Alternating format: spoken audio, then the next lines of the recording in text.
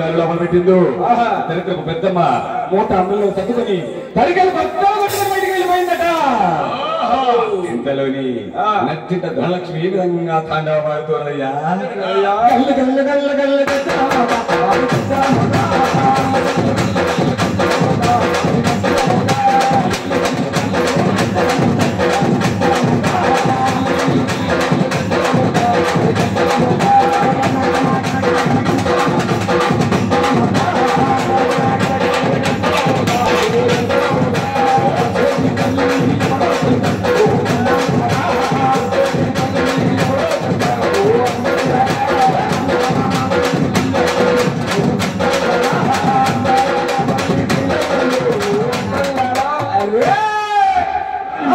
వస్తుంటే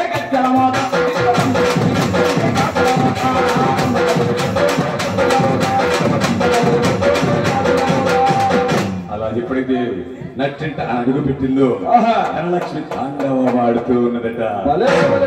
ఇలా బంగారు తలడిగి పెట్టగానే పెనుగంచుకోలు పట్టణం అంతా కూడా వాడి పంటలతో శ్యామలముగా తొలతొగుతూ ఉన్నది. అంతలోని ఆ గ్రామస్తులందరూ కూడా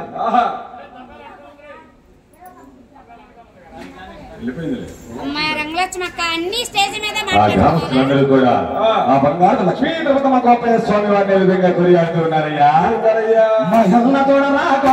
దేవుడు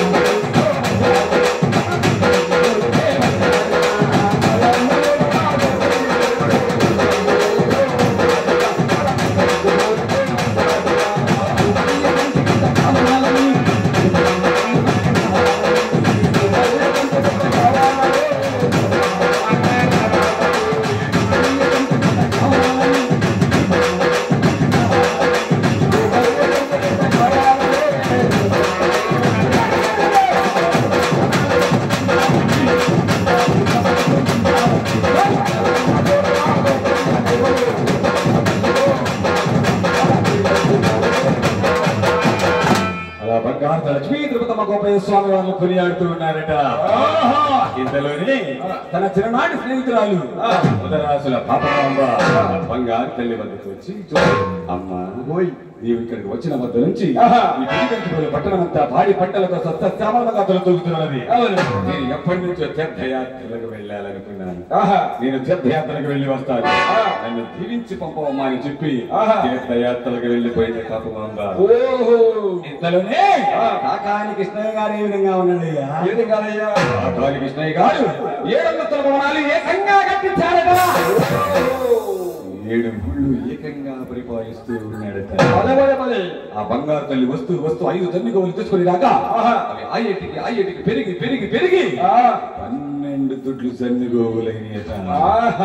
ఇంతలోనే బంగారు తల్లి వంక తన మేనత్తరుడి ఎక్కమ్మ చూసి, నా మేనకొడలు వచ్చాక కదా నాకు ఈ సిరి సంపదల భోగభాగ్యంలో కలిసి వచ్చాడని అని చెప్పి ఒక బంగారపు ఉయ్యాలను తయారు చేయించి ఉయ్యాల లక్ష్మీ తిరుపతి వచ్చి ఏ విధంగా ఉయ్యాలు ఒప్పుతుండగా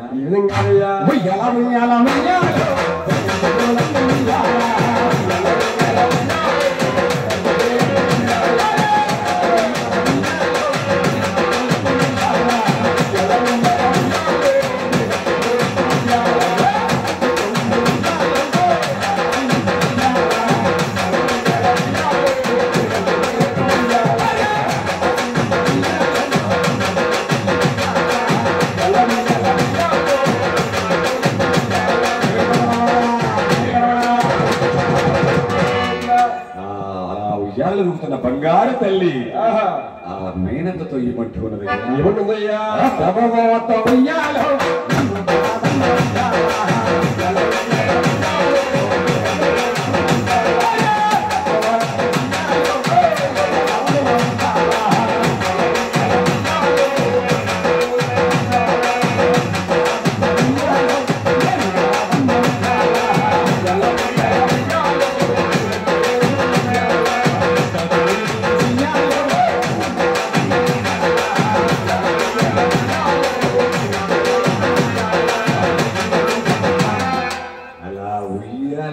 మెరుస్తున్న బంగారు తల్లిని ఎవరు చూశారయ్యా? ఎవరయ్యా? ఇంకెవరు నాయన?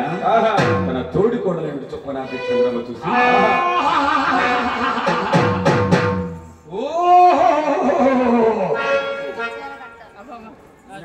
చెవులు కాడి ముందు వచ్చిన కొమ్ములు పెంచా